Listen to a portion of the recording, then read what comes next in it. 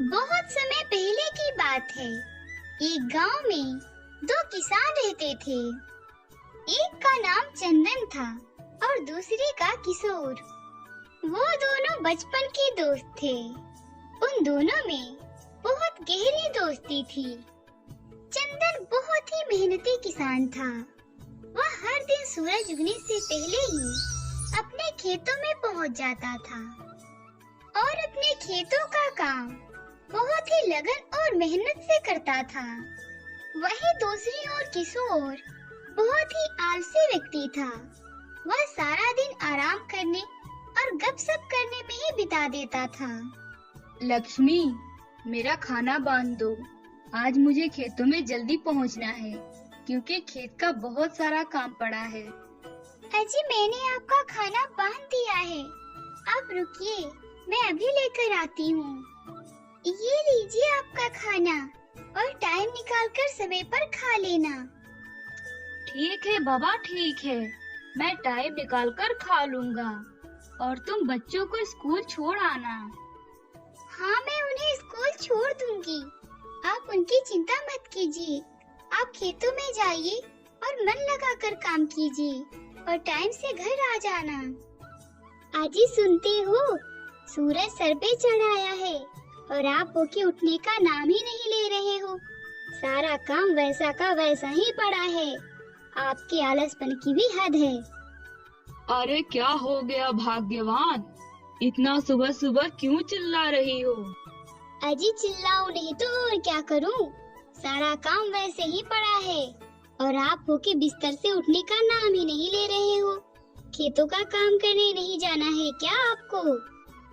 अरे ठीक है, चला जाऊंगा खेतों पर। भला इतनी भी क्या जल्दी है? वैसे भी खेत कौन से भागे जा रहे हैं? अजी, खेत नहीं भागे जा रहे हैं, इतना तो मैं भी समझ रही हूँ। लेकिन आप अपना काम सही समय पर कर लो, वरना देखना आप एक दिन अपने आलसपन की वजह से बहुत पछताओगे। अच्छा ठीक है, पहले मुझे बिस्तर से उठने तो दो। अच्छा ठीक है, आप नहा धोकर आ जाओ, तब तक मैं आपके लिए खाना लगा देती हूँ। वैसे खेतों का काम करने भी जाना है। खेत का सारा काम वैसा का वैसा ही पड़ा है। इस पूरे गांव में सबसे पीछे हमारी फसल आती है, वो भी आपके इस आलसपन की वजह से। अरे भाग्यवान, बस भी करो, चला जाऊंगा, जा रहा हूँ नहाने। अरे ये क्या, खाने में सिर्फ दाल चावल ही बनाए हैं, कोई सब्जी नहीं बनाई क्या? आजी, सब्जी तो तब बनेगी ना जब आप कमाकर पैसे लाकर मुझे दोगे। पिछली बार जो फसल बिकी थी, बस उसमें से थोड़े पैसे ही बच गए हैं, जिसमें ये सिर्फ दाल चावल ही खाने को मिलेगा आपको।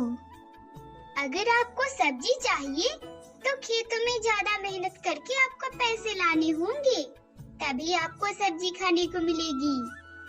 अरे, इसे बोलने से तो अच्छा है कि मैं चुपचाप ये दाल चावल ही खा लूं। ठीक है भाग्यवान, अब मैं जा रहा हूँ खेतों पर काम करने। अरे चंदन भाई, सारा खेत आज ही कोड़ डालोगे क्या? कुछ कल के लिए भी छोड़ दो। अरे नहीं किशोर भाई, बस थोड़ा सा ही खेत बाकी है, उसे भी मैं आज ही कोड़ देता हूँ, ताकि कल से फसल भी तो लगाना है। इतनी कड़ी धूप है, इसमें मैं कैसे काम करूँगा? एक काम करता हूँ, थोड़ी देर आराम कर लेता हूँ, जब धूप कम हो जाएगी तो काम करूँगा। इतना कहकर किशोर आराम करने के लिए चला गया। चलो, खेत का भी थोड़ा सा काम कर ही लेता हूँ। किशोर बहुत ही आलसी था। वह सारा दिन आराम करने के बाद थोड़ी देर खेतों में काम करने लगा और इधर दूसरी तरफ चंदन पूरे दिन अपने खेत में काम करता रहा। सुबह से काम करते करते थक गया हूँ, अब थोड़ा बैठकर खाना खा लेता हूँ, फिर काम करूँगा। इतना कहकर चंदन जैसे ही खाना खाने के लिए बैठा, तभी उसे किसी के चीखने की आवाज सुनाई दी। जब उसने जाकर देखा तो एक साधु बेहोश पड़े हुए थे। उसने उनके मुंह पर पानी के छींटे मारे, जिससे साधु को होश आ गया। साधु महाराज, आप ठीक तो हो? हाँ बेटा, अब मैं ठीक हूँ। वो क्या है कि मैं कई दिनों से भूखा हूँ और इतनी तेज धूप भी है, इसी वजह से मुझे चक्कर आ गया था और मैं बेहोश हो गया।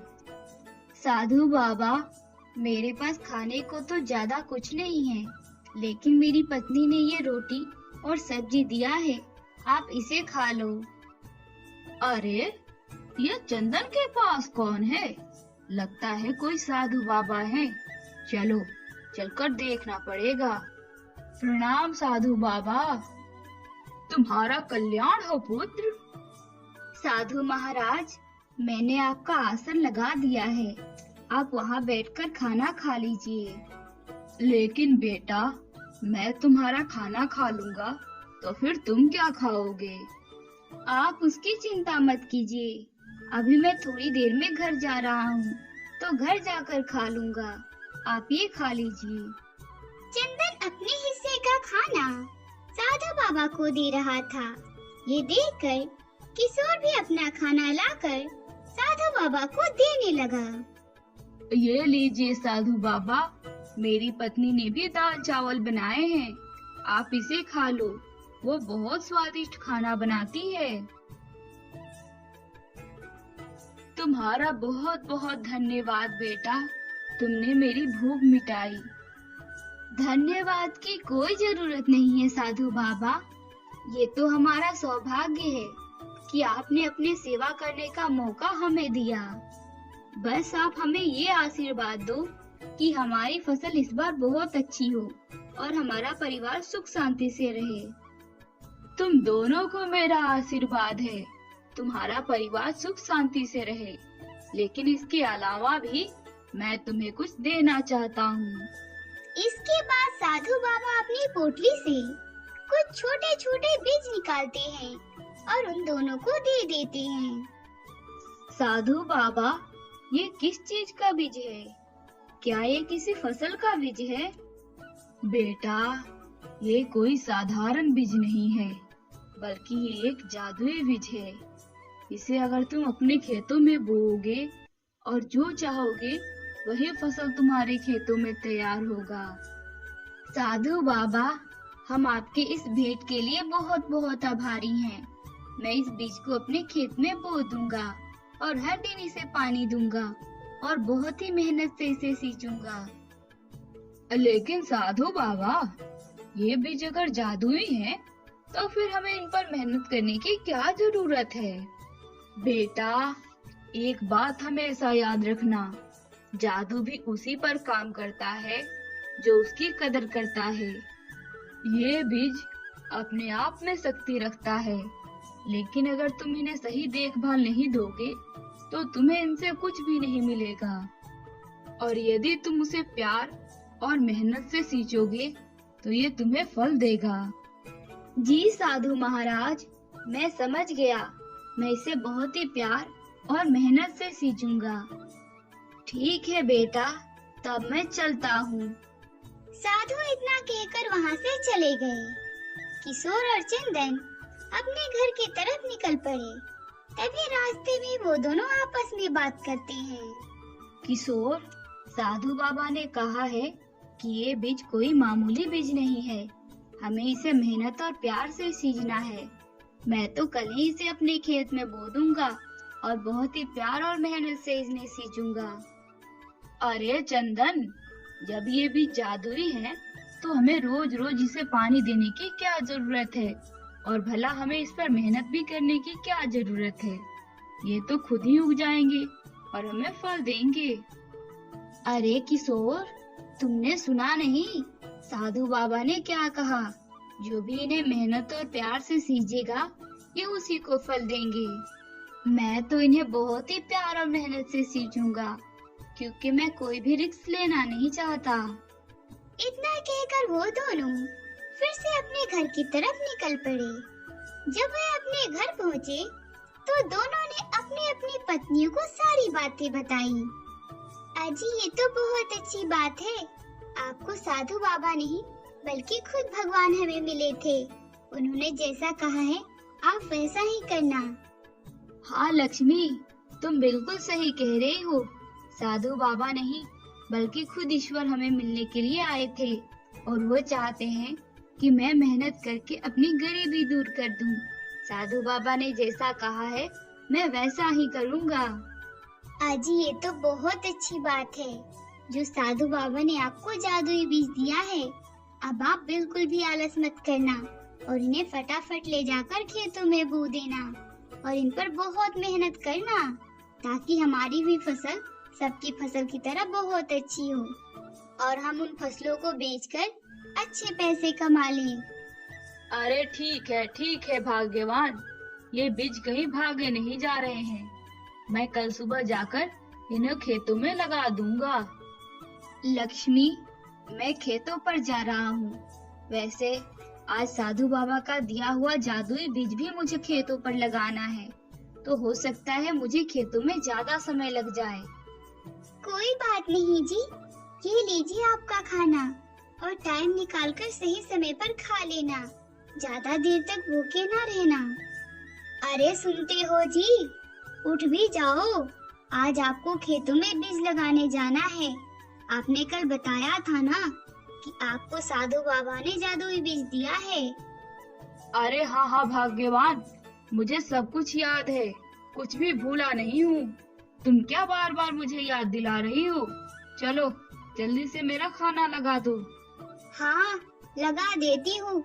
मैं तो इसीलिए बोल रही थी कि मुझे लगा आप भूल गए हो। किशोर खाना खाकर खेतों पर बीज लगाने के लिए निकल पड़ा। दोनों ने अपने अपने खेतों में बीजों को बो दिया।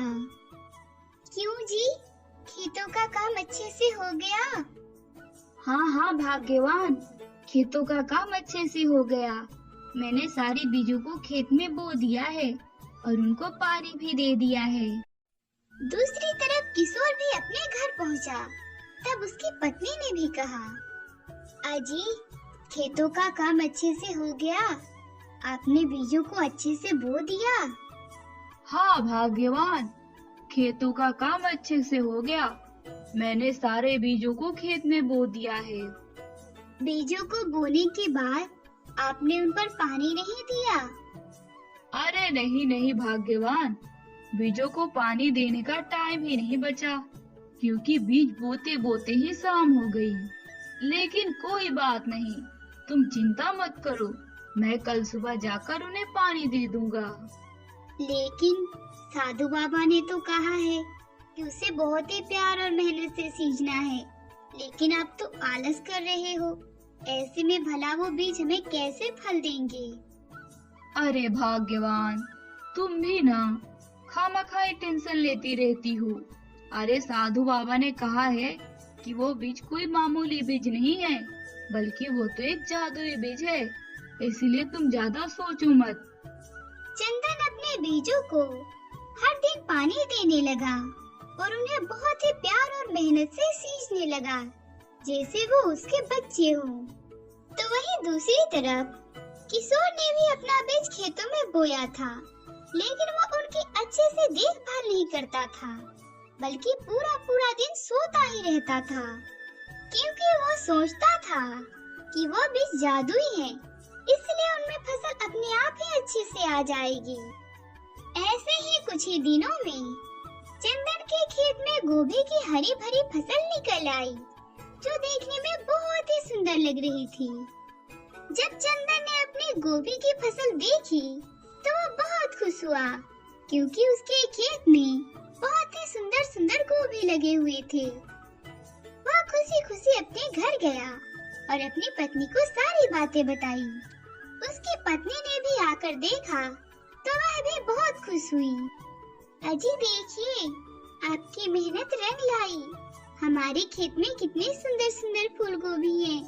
चलिए हम इन्हें तोड़ लेते हैं और आप इन्हें बाजार में बेच आना। इसके बाद दोनों पति पत्नी फूल गोभी तोड़ने लगे। उन्होंने फूल गोभी को तोड़कर अपनी टोकरी भर ली, लेकिन वो देखकर हैरान रह गए, क्योंकि वो जहाँ से फूल गोभी तोड़ रहे थे दोबारा फूल गोभी उग जाती।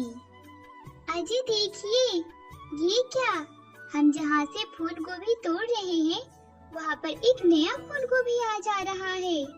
इसका मतलब साधु बाबा ने बिल्कुल सच कहा था। ये बीज कोई मामूली बीज नहीं है, बल्कि एक जादुई बीज है।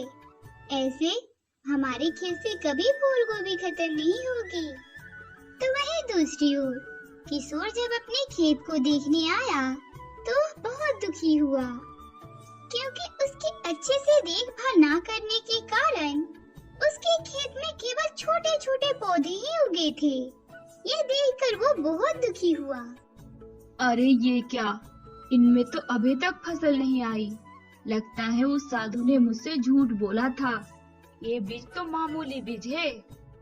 तभी किशोर की नजर चंदन के खेतों पर गई, जो हरे भरे गोभियों से लहलहा रहा था। वह चंदन के पास गया।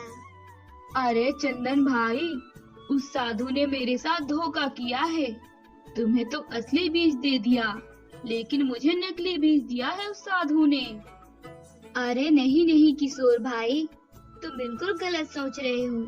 साधु बाबा ने तो हम दोनों को एक जैसा ही बीज दिया था, लेकिन उन्होंने कहा था हमें इसे बहुत ही प्यार और मेहनत से सींचना होगा।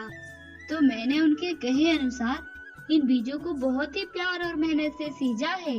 मैंने इन्हें हर दिन पानी दिया है और इनकी मिट्टी को अच्छे से ठीक किया है, जिसकी वजह से आज मेरे खेत में फसल अच्छी आई है। लेकिन तुमने अपने बीजों पर अच्छे से ध्यान नहीं दिया है और ना ही समय से पानी, इसलिए तुम्हारे खेतों में फसल नहीं आई है। इसके बाद किशोर को अपनी गलती पर पछतावा होता है और वह खुद से कहता है, हाँ, चंदन ठीक ही कह रहा है। इसमें मेरी ही गलती है। मैं ही अपने आलसपन की वजह से इन बीजों को अच्छे से देखभाल नहीं दिया, जिसकी वजह से इन्होंने मुझे फल नहीं दिया। लेकिन अब मैं आगे से ऐसा नहीं करूँगा। मैं भी अपने खेतों में अच्छे से बीज लगाऊंगा और उनकी बहुत ही अच्छे से देखभाल करूंगा। फिर मेरे भी खेतों में चंदन के खेतों की तरह फसल लहलहाएंगे। चंदन ने अपनी गोभी की फसल बेचकर बहुत सारा पैसा कमाया, जिससे उनकी गरीबी खत्म हो गई। तो वहीं दूसरी तरफ किशोर की आलसपन की वजह से उनकी हालत वैसी की वैसी ही रह गई।